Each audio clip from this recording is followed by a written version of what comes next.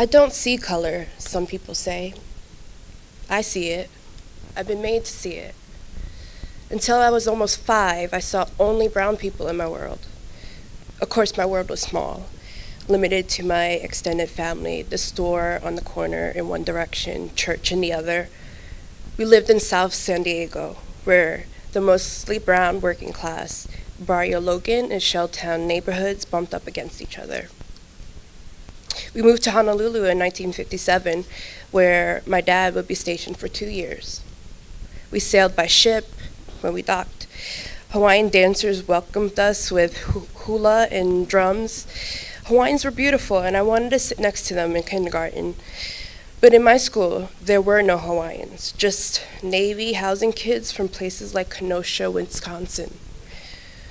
In the Navy housing where we lived, we were one of the few brown families in the neighborhood. I played with Susie, the blonde girl next door, and Marianne, who lived across the parking lot. Susie liked to play a game she made up called Monster. The game went like this. Susie was the most beautiful girl in the world. Marianne was the handsome prince. I was the ugly monster. The monster threatened the beautiful girl, and the prince rescued the girl and killed the monster.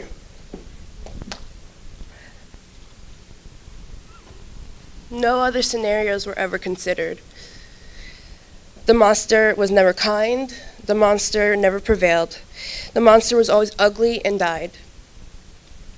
Why did I allow a little blonde girl who was a year younger than I was to always declare me the monster?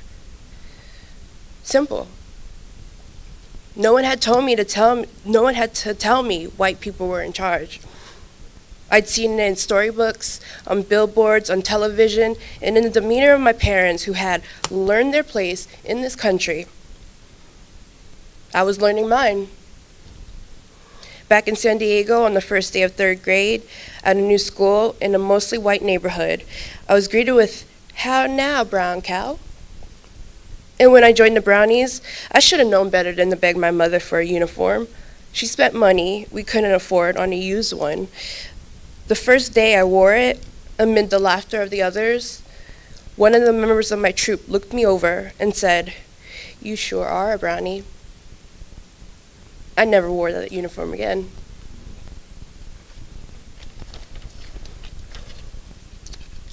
In 4th grade at another new school, this time in a city with a majority brown population, I was aware that the class I was in had mostly brown students.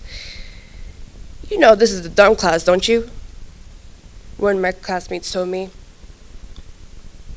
The other 4th grade class, the smart class, was mostly white. So it went throughout my school years, subtle and not so subtle messages about color and what it meant. In college, I was a science major, though writing was my strength, which I applied to my research papers.